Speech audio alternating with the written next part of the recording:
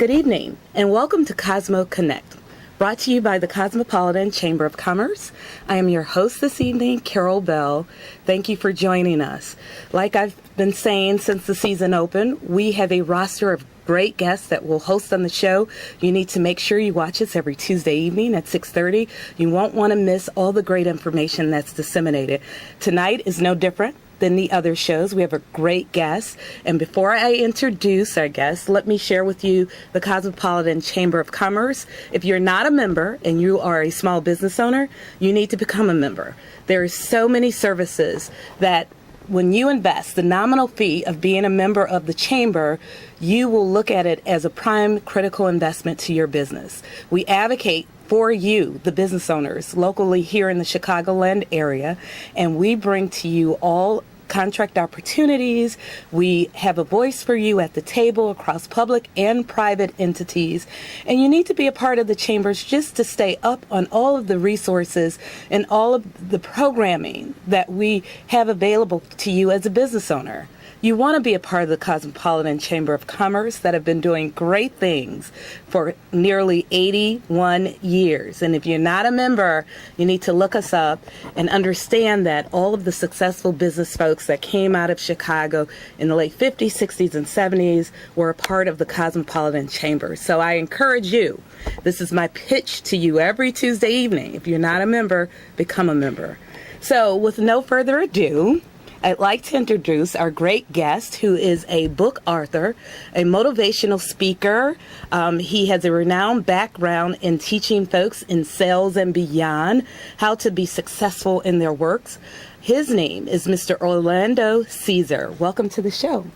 Thank you, Carol. Thanks for having me. I'm glad to be here. It is a pleasure to have you on the show. We're going to talk about some great things. We're going to talk to you about being a tremendous leader, effective leader, and how to develop and engage the people that work for you, and how to position your business to be a success and a leader in the industry sector in which you transact business.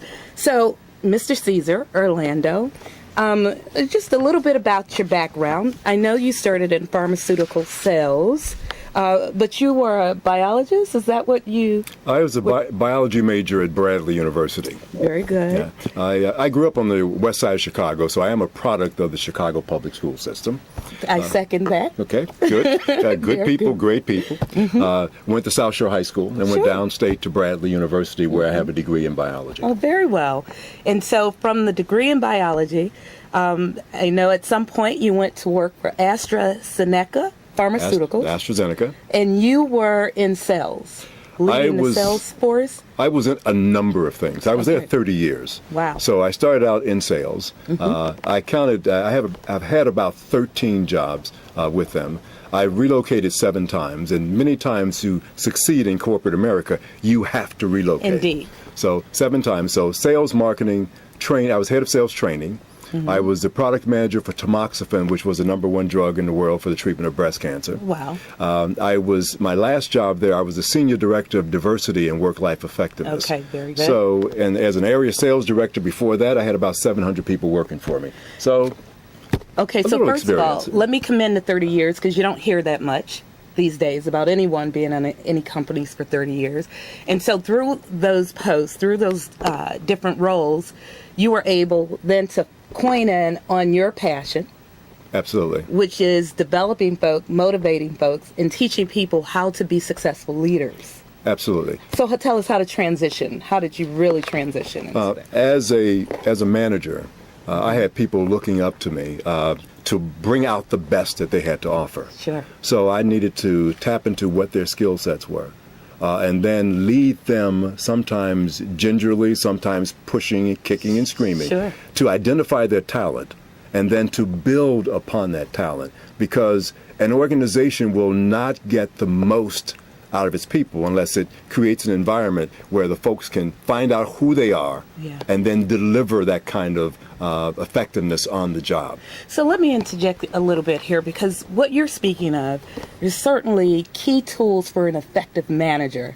And so many folks that are leading people don't understand how to optimize the various character types within their grouping to get the best productivity, or the best benefit out of that individual. So it really does take some time to sit down and assess your support and really find out how to bring out their best, and at the same time meeting the objective and mission. Absolutely. That's why I collected data over the years as to who were the most successful people and what were some of the traits that they had. Sure. And I wrote an article years ago entitled Impact Players: How to Be a Difference Maker. And from that article on impact players, I developed what I called unlocking your leadership greatness. The premise being that all of us have leadership qualities within us that we need to bring out in the open. Mm-hmm. So I pulled up about 10 principles, and there are probably more, and you may debate the 10 that I chose, sure. But I saw 10 attributes or principles that I found were successful or present in those individuals who did leadership well. Now, are these the 10 keys to outstanding results? Absolutely. Okay. Let's share some of those keys. Okay, because basically what we want to do, we want to develop people to achieve their best. Sure. So these 10 principles. Principle number 1 is being fit for the role. Identifying your talents and abilities and recognizing what are you good at, what excites you, what can you get involved in, and before you know it, the time has gotten away from you. Okay, let me ask. You said being fit for the role. How do you know that you're fit for the role? Or how do you identify if you're not fit for the role? And can you change to become fit for the role as an individual? Going from the back, in certain jobs, if you don't become fit for the role, you will be in another role. That's right. You won't stay. You won't last long. That's right. Secondly, what is it that excites you? What turns you on? Mm-hmm. One of the professors from the University of Chicago wrote a book called Flow, F-L-O-W. Yes. And in that book, he says, if you're going to achieve flow, that means you have a maximum challenge. And with that maximum challenge, you are then providing, what's necessary to achieve that. Okay. So in order to get the flow, that's where you feel good doing something. Yes. Those are the things that people have always told you.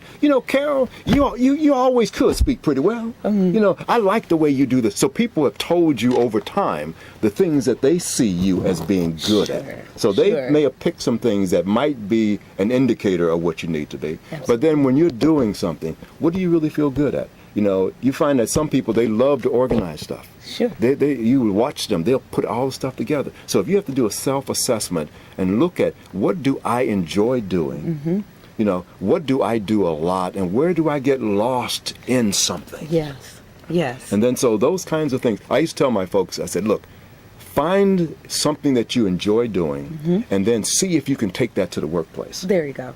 Okay, so if you like speaking, how can you speak more on the job? Mm-hmm. If you like writing, how can you design your job so that you write? Now, sometimes you might not be able to design the job and change it, but there are certain things that you enjoy doing that if you know that you enjoy doing it, how can you put it into the job? Or how can you make sure that in your life somewhere it's going on? And then that can tell you, are you fit for that? Okay, share another key with us. Okay, another key would be being powered by a dream. Now, I've often said it's okay to wake up in the morning and say, I don't remember the dream I had last night. Sure. But it's not sufficient to walk around during the day not having a dream.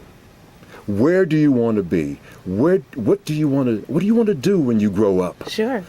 What's the plan that you have? If everything else was going according to your script, what would you like to see yourself do? Is that ever evolving, like a business plan for a company, that it should always be ever evolving, ever changing to what the immediate desire is? You may have, your desires may change, but you may have something that you really like to do. Yeah. And so as you figure, how can I do more of that? So, and how can I link that to a job? Yes.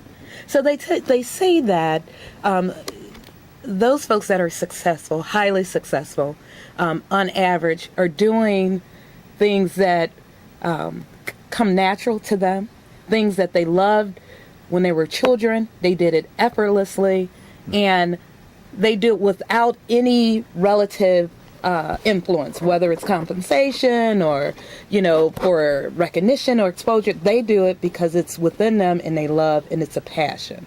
Right. And Should we all be looking for our passion to be successful leaders? You should be looking for your passion, no question about it. I use the word smile on occasion, SMILE. Okay. It basically says, someone makes it look easy, or she makes it look easy. When you see somebody who is in their element, in their zone, in their dream or their sweet space, they seem to make it look easy. Yes, and that's so true. Absolutely. And you think it's easy for them, and in a lot of cases they've failed a number of times, but because of the passion, they come back and they come back. And so it's never a failure because they've never stopped. But you always, whatever you're good at, you always have to continuously, improve upon that. Sure. Otherwise, the rest of the world will catch up with you. Sure.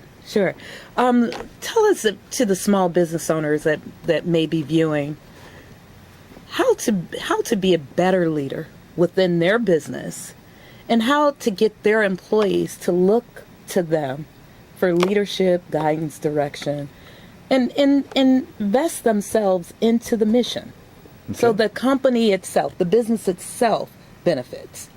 Okay, it's a growing process, and there's the reality that you don't have all the answers, and so with that kind of candor with your people, they may approach you and ask questions of you. I started earlier by mentioning one of my books, Unlock Your Leadership Greatness. Yes. There are 10 principles there. You learn those 10 principles, and then you look for ways to apply those on the job. And you also ask people, I used to ask my folks whenever I had a new team, what do you want from me? How do I need to lead you for you to be more effective?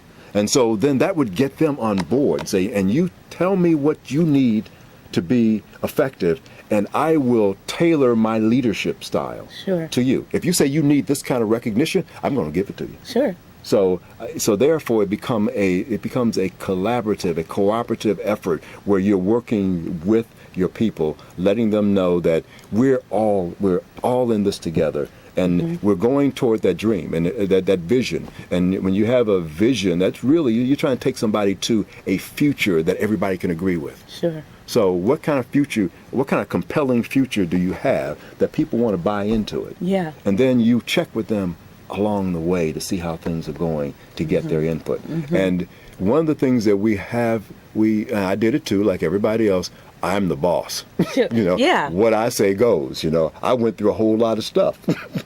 And so and with a person like that, what would you advise them to do to change that course so that they, are really connecting with their staff or their team? Well, you have to... Because many bosses think just down that line. Oh, absolutely. So you have to swallow your ego, which is not an easy thing to do. Okay. I did a presentation recently where I said that there's crucial information that's shared in the workplace.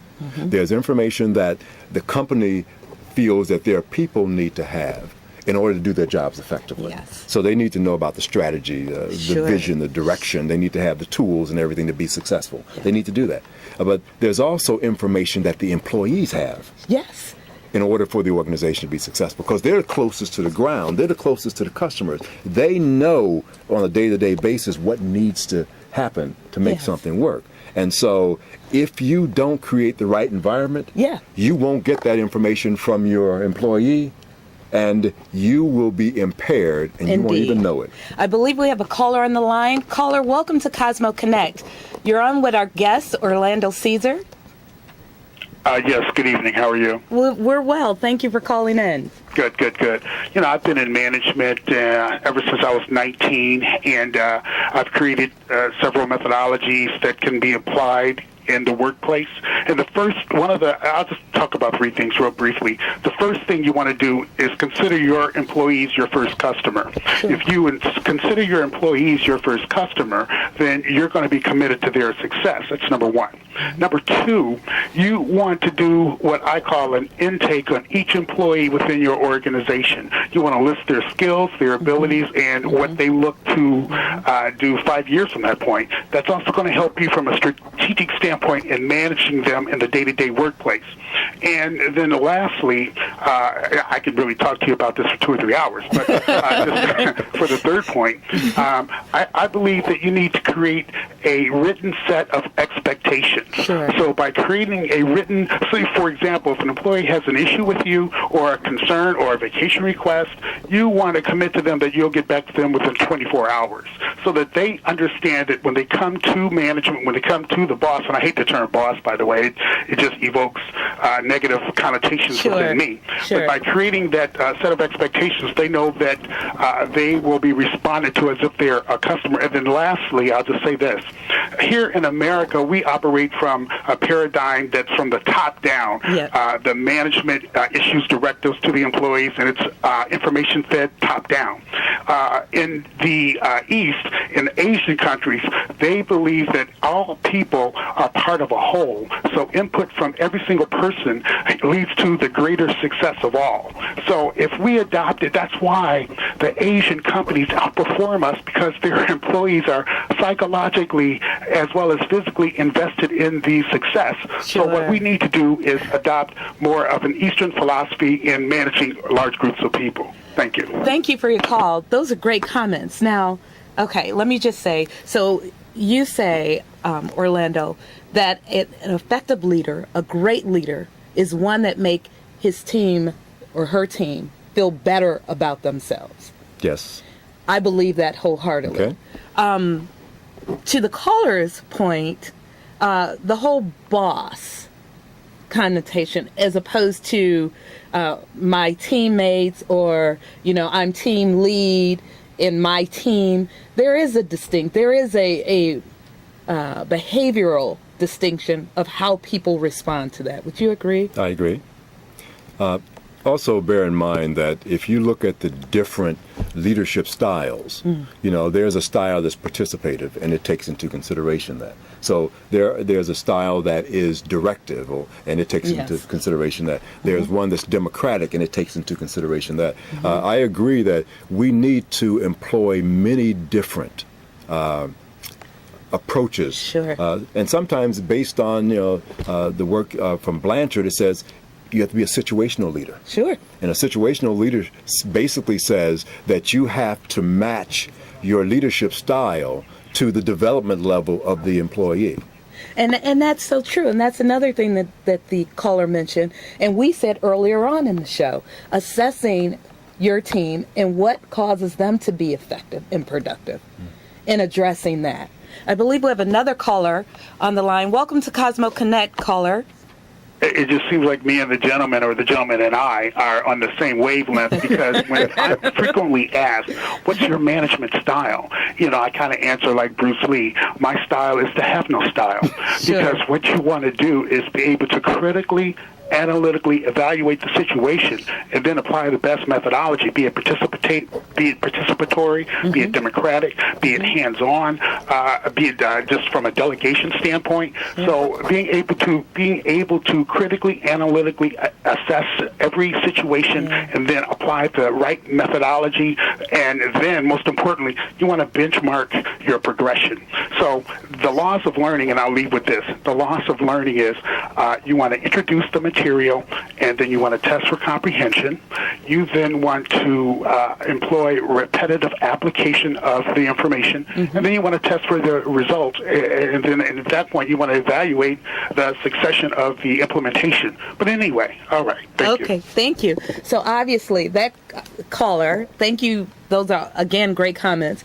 Is in your similar field where he's out training folk. It's very apparent that he's training, and he's found methods like yourself of what's successful and what really gets people to be their best self. Absolutely. Yeah. And to add on to what he said as well is, you need to teach your people to assess themselves. Sure. Because you don't want to always have to be there to direct them in the direction they need to go. Yeah. So if you teach them what's required, then when you're not there, they can do it. One of the things we're always doing something different. So part of what he was saying has to do with the inverted pyramid. We say everything is hierarchical, right? Yeah. Everything's, you work for the person on top. Yeah. Many folks say that you're supposed to invert the pyramid. So you flip it upside down, and then you get everybody at the bottom is working for the person. Everybody at the bottom is working for people on the top.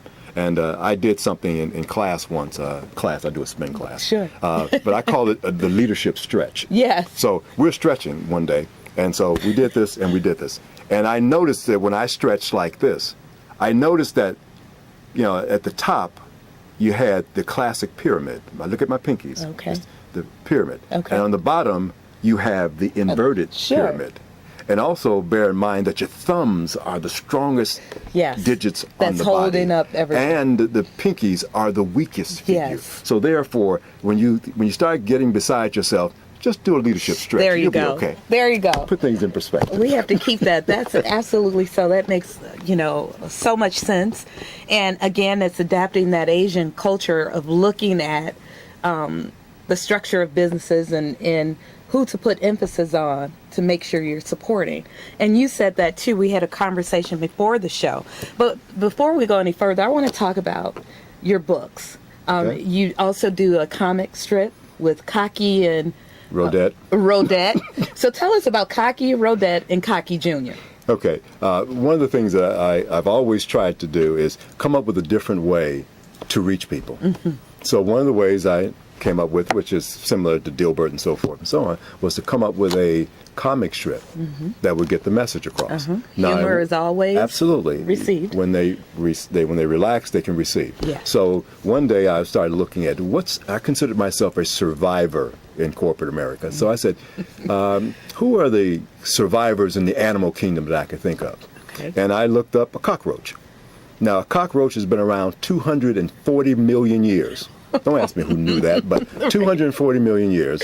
And a rodent was probably chasing him a good part of that time. So one day I came up with Cocky and Rodette. And so through those two characters, I push a lot of the thoughts that I have about corporate America and how things work. For example, I have one that Colin mentioned earlier about the boss, and the word was, that's my boss walking down to the hall. I said, that explains why boss spelled backwards is double S-O-B.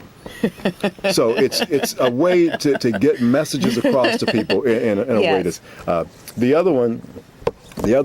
and Cocky Jr. is geared toward the teenager. Because anything to get to them. And the idea with them is not telling them what to think, but just making sure that they are thinking. That they're thinking. Yes. Yes. So I have one strip, for example. The father is saying to the daughter, "So let me get this right. You want your independence, so your friends can tell you what to do." How many of us say that to our young people all the time? They listen to everyone outside of the people that have the wisdom. Yeah. So books, I've written 8 books now. 8 books. 8 books and 2 in production. But one was Unlock Your Leadership Greatness, which has those 10 principles that we talked about earlier. Okay. And a couple of those principles that we didn't mention was, we said, fit for the role, student, powered by a dream, student of the game, basically understanding how it works. I want to know about that one. Student of the game. What's the game? The game is whatever you're involved with. Yes. Whatever work that you're involved in. Understanding the game is your business. It's the competition. Yes. It's your competitor. It's you. It's the environment. And so forth. Always be learning. Always where you are. Always learning. Always developing. Always getting better. Yes. And a lot of these materials that I make available, I have a free ebook. Let's see where your ebook is. Free ebook on OrlandoCaesar.com. Orlando Caesar. And Caesar is CEASER. Yes, it's cease with an R at the end of it. Okay. Okay, and there you'll see my speaking information, workshop information, books. And so all of those kinds of things are available there. So I'm constantly making things available. And I have a blog, The Ozone, which has 125 articles about leadership. Wow. And Wait, personal I development. need to cut us off there.